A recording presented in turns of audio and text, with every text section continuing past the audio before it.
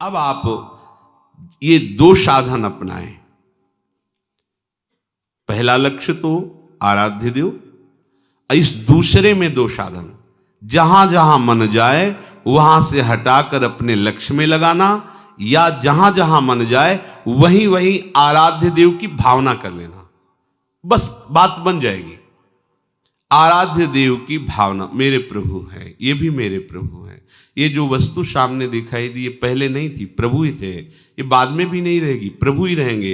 बीच में इस वस्तु के रूप में प्रभु ही हैं। मेरी दृष्टि काम नहीं कर रही, ठीक नहीं देख पा रही, पर हैं प्रभु ही। ऐसा शास्त्र कहते हैं, ऐसा सदगुरुदेव कहते हैं, ऐसा आचार्य कहते हैं। साधक प्रातः काल जब उठे तो गुरुदेव को प्रणाम करके निश्चय करें कि आज हम पूरा का पूरा समय आराध्य देव में लगाने की चेष्टा करेंगे। जो पूर्व में हमसे त्रुटियां हुई हैं उनको आज नहीं करेंगे, अब नहीं करेंगे, ऐसी बात नहीं। हमें वर्तमान को संभालना है, तभी आपके अंदर सामर्थ्य आएगी। आज से कभी नहीं करेंगे तो आप हो सकता है न चल पाए, क्योंकि आप में इतनी संकल्प पवित्र बुद्धि नहीं है, इतना जोर का संकल्प नहीं है कि आपने कह दिया कि आज के बाद नहीं करेंगे तो ये भीष्म प्रतिज्ञा हो गई। आप में नहीं है ऐसी सामर्थ्य। यद्यपि आप सामर्थ्यवान हैं, पर अपनी सामर्थ्य को भूल चुके हैं। तो क्या करें? हम मन के ऊपर बोझा ना डालें कि आज के बाद कभी नहीं करेंगे। हम आज का नियम लेते हैं कि आज प्रातःकालीन गुरुदेव को प्रणाम करके हम ये नियम लेते हैं कि आज शयन तक हमसे कोई भी जो पीछे त्रुटियां हुई वो नहीं होने देंगे। पूरा का पूरा समय भगवत चिंतन करते हुए ही हम कार्य करेंगे। जो भी व्यवहार करेंगे वो अपने प्रभु के लिए करेंगे। ठीक। अगर रात्रि में शयन करते समय हम पुनः इसका चिंतन करें कि जो हमने प्रातःकालीन नियम लिया था उसमें कितनी त्रुटि हुई, ये करना ही चाहिए उपासक को। ओह, आज तो इतना समय चूक हो गई, तो चिंतन करते हुए शयन करें, प्रातःकालीन फिर नियम ले। जो कल त्रुटि हुई थी वो आज नहीं हो। एक दिन साधक देखेगा कि उसका मन असाधन रहित हो गया है, त्रुटि रहित हो गया है। पर आपको जांच करनी होगी, रोज का रोज आपको जांच करनी होगी, रोज का रोज आपको नियम लेना होगा, सुधार करना होगा। ये प्रारंभिक साधन की बात है। तीसरी बात कह रहे हैं, मन को वश में करने के लिए नाम जप सर्व सामर्थ्यशाली साधन है। लक्ष्य श्यामा श्याम, जहां जहां मन जाए वहां वहां से हटाकर लक्ष्य में श्यामा श्याम में लगाना, या जहां जहां मन जाए वहां श्यामा श्याम को देखने की भावना करना। प्रातः काल से शयन काल तक की दिनचर्या को जांच करके उसमें त्रुटियों को निकालना। अब ये निश्चय कर लेना कि नाम हमारा जीवन है। ये बहुत बड़ी बात। जो चाहत है नित्य सुख, अरु मन को विश्राम, हित ध्रुव हित सो भजत रहू, पल पल श्यामा श्याम श्यामा श्याम। मन चंचलता रहित हो जाएगा, नित्य सुख का अनुभव प्रकट हो जाएगा। आपको आवश्यकता है प्रतिपल श्यामा श्याम श्यामा श्याम। राधा वल्लभ श्री हरिवंश, राधा वल्लभ श्री हरिवंश। नाम जप सर्वश्रेष्ठ महामहिम भगवत प्राप्ति का, मन को शांत करने का, समस्त कामनाओं की पूर्ति का अचूक उपाय है। अचूक। आपको विश्वास करना होगा, जो चाहिए आपको प्राप्त हो जाएगा। ये 4 दिन की उकताहट वाला भाव मत रखिए कि हमको तो इतने दिन हो गए करते हुए, अभी कोई लाभ नहीं। दवा चल रही है, अमोघ औषधि है। ये सबसे पहले आपकी दुर्गति का नाश करेगा, पाप का। फिर ये पाप की प्रवृत्ति का नाश करेगा, जहां से पाप पैदा होता है। दिव्य ज्ञान प्रकाशित करके रूप का दर्शन कराएगा, प्रेम की जो चाहिए। जिसने बात समझ ली हृदय से कि मन को वश में करने के लिए सबसे बड़ी अचूक साधना नाम है। गोस्वामी श्री तुलसीदास जी कह रहे हैं, अय जीव तू सदा नाम का अनन्य बन। देखो, जो हमें सदगुरुदेव ने अपना जीवन स्वरूप नाम दे दिया है, हम नहीं जान पाते। छोटी छोटी बातों के लिए हम अवहेलना करते हैं। उनको तो उच्छिष्ट मिलता है, हमको तो उच्छिष्ट नहीं मिलता। जिस थाल में गुरुदेव पाए तो मुख से निकाल के उसमें थोड़ी रखते हैं, तो ऐसे पा रहे हैं। और उनकी उस थाल के उच्छिष्ट का रखना चाहिए महत्व। इतना हम महत्व रखते हैं। अगर हमें जरा सा प्राप्त हो जाता है तो मन नाच उठता है, आज सदगुरुदेव का उच्छिष्ट मिला है। लेकिन हमारी बुद्धि इस बात पे नहीं जाती कि जो गुरुदेव ने सदा अपना जीवन माना है, नाम मंत्र, सदा उसको रसास्वादन किया है, वो अंदर से हमें दे रहे हैं। उसके प्रति आपकी महत्व बुद्धि नहीं हुई। विचार कीजिए, गुरुदेव का वो उच्छिष्ट जो जीवन है, उनका स्वाद लिया है, उसका उसी में है वो, और वो दे दिए, उस पे महत्व बुद्धि नहीं है। हमें क्या दिया गुरुदेव ने? उनको तो स्वेटर दिया है, उनको माला पहनाया है, उनसे हंस के बात करते हैं। हमको क्या?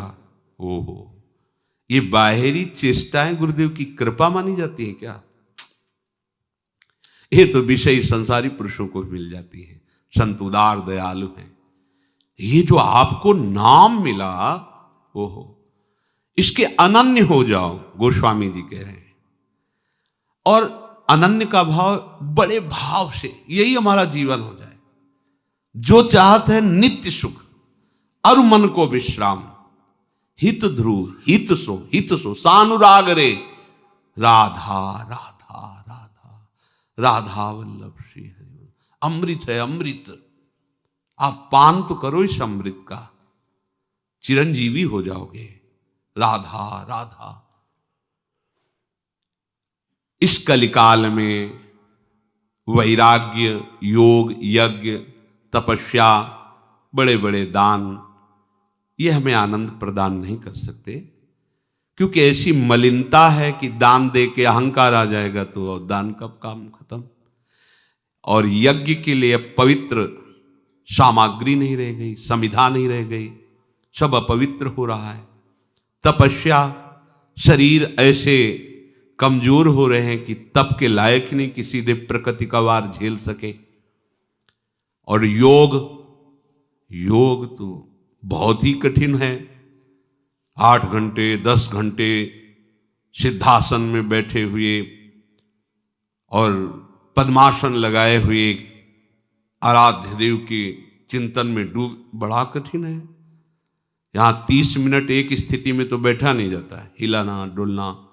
8 घंटे 10 घंटे बिना हिले डुले, कितना कठिन योग है।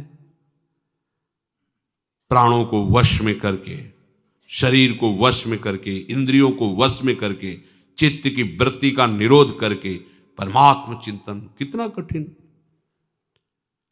और वैराग्य, अब कैसा वैराग्य है? हंसी लायक वैराग्य है, उपहास करने लायक। हर वस्तु, हर व्यक्ति जैसे संसार के सुखों में मगन है, वैसे ही हमारा मन भी। तो बाहर से कपड़ा बदलने से हम वैरागी थोड़ी हो गए। राग का त्याग ही वैराग है। वैराग बिना राग का, बिना आसक्ति का, विरक्त, कहीं आसक्त नहीं, ऐसी स्थिति नहीं है। सब जगह से आसक्ति हटा ली तो शरीर में आसक्ति है, अपनी इंद्रियों का दुलार। कहां वैराग? वैराग्य प्रभु के सिवा कुछ और स्मृति में ना आना, यही सच्चा वैराग्य है।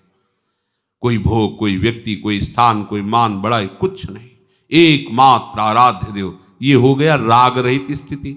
तो बड़ा कठिन है, ये सब तुम्हें प्राप्त हो जाएगा।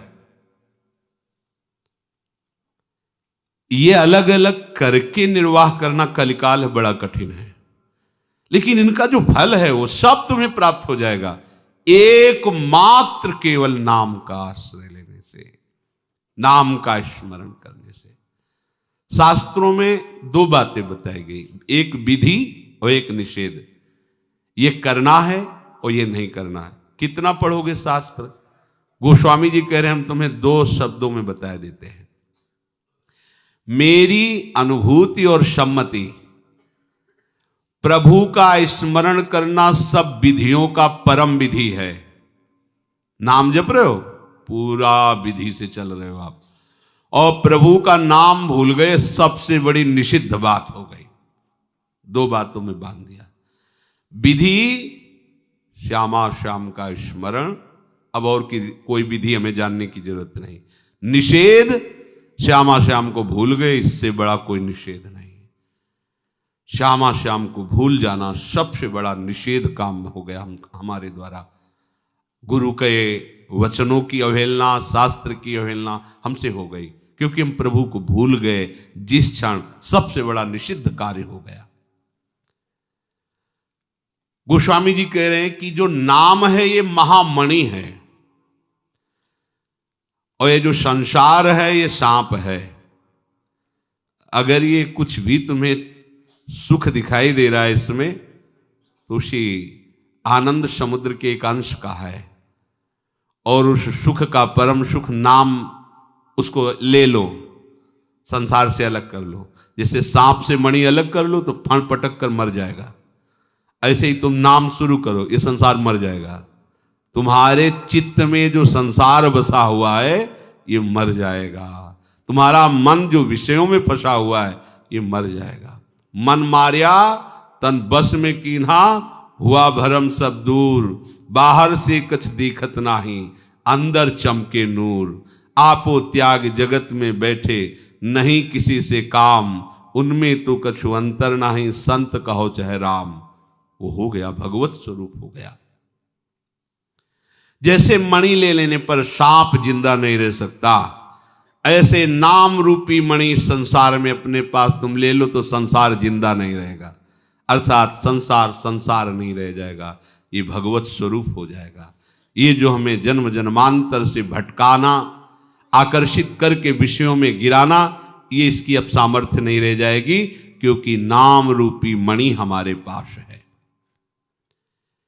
ये जो नाम, ये कल्प तरु है, जो चाहोगे प्राप्त हो जाएगा। अर्थ, धर्म, काम, मोक्ष, चारों फल प्रदान करने में समर्थ है नाम। वेद पुराण, बड़े बड़े विद्वान और भगवान शंकर जी भी साक्षी हैं इस बात के कि नाम सर्व समर्थ है, जो चाहोगे प्राप्त हो जाएगा। और अगर ये चाह नहीं रही अर्थ धर्म काम मोक्ष की, तो प्रेम पदार्थ भर देगा आपके हृदय में नाम। भगवत प्रेम जो अत्यंत दुर्लभ है, ये प्राप्त हो जाएगा। और साधन करते हो, नाम जप नहीं करते हो, नाम उच्चारण नहीं करते हो, तो गोस्वामी जी कह रहे हैं कि मेरी बात मान लेना, तुम इस कर्म प्रपंच से, माया के आकर्षण से बच नहीं सकते। गोस्वामी जी का अनुभव है। राम राम राम जीह, जो लो तू न जपी है, तो लो तू कहूं जाए, तिहूं ताप तपी है। सुरसरी तीर बिनु नीर दुख पाई है, सुर तरु तरे तो ही दारिद सताई है। जागत बागत सपने न सुख सोई है, जन्म जन्म जुग जुग जग रोई है। छूटिबे के जतन विशेष बांध जाएगो, हुए है विष भोजन जो सुधा सानि खाएगो। तुलसी तिलोक तिहु काल तो से दीन को, राम नाम ही की गति जैसे जलमीन को। राम नाम ही की गति जैसे जलमीन को। गोस्वामी जी कह रहे हैं, जब तक तू जीभ से नाम जप नहीं करेगा तो मेरी बात मान लेना, तब तक तू कहीं भी किसी भी तीर्थ में कहीं भी भाग कर जा, ये दैहिक दैविक भौतिक ताप तुझे बख्शेंगे नहीं, जलाएंगे, जलना पड़ेगा तुझे। देखो परम धाम में रह रहे हो, प्रिया प्रीतम कहा निज महल, हालत क्या है देख लो हृदय की। तो बात क्या हुई, रसिक शिरोमणों की आज्ञा का हम पालन नहीं कर रहे। वृंदावन बस गई तो नो बड़ो सयान, जुगल चरण के भजन बिन निमिष न दीजे जान। पलक झपकने के समय को भी नाम से विमुख नहीं जाने देंगे। अब आप देखो गोस्वामी जी कह रहे भाग, कितना भाग, जा भाग के जहां तुझे जाना है, कहीं तुझे शांति नहीं मिलेगी। यदि तू नाम जप नहीं कर रहा तो भाग, किसी के भी पास जा। पूज्य श्री राधा बाबा के पास जब कोई जाता और प्रश्न करता भागवतिक, तो बाबा पूछते कितना नाम जपते हो, जाओ कम से कम 1 लाख रोज नाम जप करो, फिर 1 महीने के बाद आना, प्रश्न करोगे तो हम उत्तर देंगे तो शायद समझ पाओ, नहीं ऐसे तुम्हारी बुद्धि उत्तर नहीं समझ पाएगी। नाम कहीं भी तू भाग के जा, तीनों ताप तुझे बख्शेंगे नहीं, जलाएंगे, यदि नाम जप नहीं कर रहा। और सुन ले, गंगा के समीप जाने पर भी तू बिना पानी के तरस कर मरेगा, तुझे पीने को नहीं मिलेगा। आनंद सिंधु मध्य तो वाशा, पानी में मीन प्यासी मुझे सुन सुनी आवे हाशी। आनंद समुद्र के यहां रहने पर भी हम आनंद से वंचित हैं। क्यों? क्योंकि नाम जप नहीं है। गोस्वामी जी का यही भाव, सुरसरि तीर बिर नीर दुख पाई है। अगर तू सोचेगा कि गंगा जी अंतिम समय हमें मिल जाएंगे, हमारा कल्याण हो जाएगा, तो वहां तक पहुंच नहीं पाओगे। बिना गंगा जल के तुम्हारे प्राण छूट जाएंगे, क्योंकि तुमने नाम जप नहीं किया। पक्की बात है। एक पूज्य श्री भाई जी ने घटना बताई कि एक ऐसे थे कि जो भी सामने जाए उसका नाम बता देना, उसके मन की बात बता देना, तुम इस काम के लिए आए हो, वो सब बता देना। बड़ा उनका यश हुआ कि बड़े सिद्ध पुरुष हैं। तो भाई जी गए,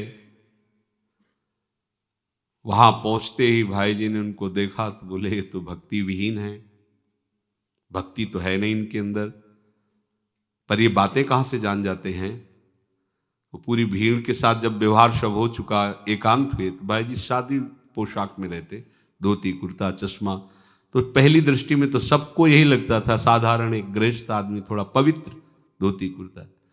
भाई जी ने कहा 1 मिनट आपसे बात करना चाहते हैं।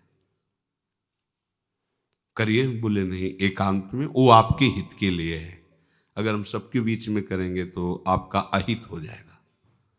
तो दृष्टि में जब दृष्टि मिली तो उनका हृदय कांप गया, क्योंकि भागवतिक दृष्टि में एक पावर होता है। एकांत हुए तो उन्होंने कहा, आपको कोई भागवतिक सिद्धि तो है नहीं, फिर आप दूसरे के मन की बात कैसे जान जाते हैं? आप स्पष्ट मुझे बताइए। तो हाथ जोड़ा और कहा, हमारी बात किसी से कहना नहीं। हमने एक यक्षिणी सिद्ध की है। और कान में उन्होंने ऐसे गमछा से ढके रहे दिखाया, तो इतना मल शौच यहां कान में लगाए थे। उस अपवित्र स्थान में यक्षिणी बैठती थी, वो कान में बता देती, इसका ये नाम है, इस काम के लिए आया, ये भावना है। बोले मुझे यक्षिणी सिद्ध है। इस तो उन्होंने कहा, इससे क्या होगा? 4 लोग तुम्हें प्रणाम करेंगे, धनराशि देंगे, वस्तुएं देंगे, क्या होगा? तुम्हारी दुर्गति तुम्हें इंतजार कर रही, बख्शेगी नहीं, मान लो मेरी बात। पर वो भक्ति ऐसे थोड़ी हो जाती है। भगवान की जब विशेष कृपा होती तब ये सब प्रपंच से हटकर प्रभु का भजन होता है। तो भाई जी ने बताया कि उन्होंने एक दिन यक्षिणी से पूछा कि हमारी मृत्यु कब और कहां कैसे होने वाली है। तो उसने बताया, अमुक दिन में इतने बजे मृत्यु होने वाली। तो उनको भाई जी की बात ध्यान आई कि दुर्गति इंतजार कर रही। तो पास में नर्मदा जी थी, तो उन्होंने सोचा जाकर नर्मदा में खड़े होकर के और भगवान नाम उच्चारण करेंगे और उसी समय मृत्यु आ जाएगी, मेरा काम हो जाएगा। उठा के पटक दिया यक्षिणी ने। कहा, जिंदगी भर हमें अपनी गुलामी में रखा, अब तुम्हें हम जाने देंगे? हमारा चिंतन करके मरो और हमारे आदेश में रहो, तुम भी यही बनो। ये गोस्वामी जी जो कह रहे इस बात को समझो। सुरसर तीर बिन नीर दुख पाई है, सुरतर उतरे तो दारिद सताई है। कल्प वृक्ष भी मिल जाए तो तुम दरिद्र ही बने रहोगे, क्योंकि नाम रूपी धन नहीं। ये संसार के भोग, संसार की वस्तुएं, संसार का वैभव ऐसा है कि जितना बढ़ता जाता है उतनी भूख बढ़ती जाती है, उतने गुना। 100 रुपये से पहले काम चल जाता था तो 200 की आकांक्षा हुई। जब 2 लाख रुपए हो गए तो 4 लाख की आकांक्षा हुई। जब 4 लाख रुपए हो गए तो 8 लाख की आकांक्षा हुई। जब करोड़ों में खेलने लगा तो अरबपति बनने की इच्छा हुई। जब अरबों आ गए तो भारत का सबसे बड़ा धनी बनने की इच्छा हुई। भारत का धनी बन गया तो विश्व में सबसे ज्यादा धनाढ्यमय हूं, अगर वो भी हो जाए तो देवराज के पद की भावना जागृत हो। ये सुरसा है, सुरसा। ये दुगना अपना मुख बढ़ाती चली जाएगी, कितना आप कामनाओं की पूर्ति।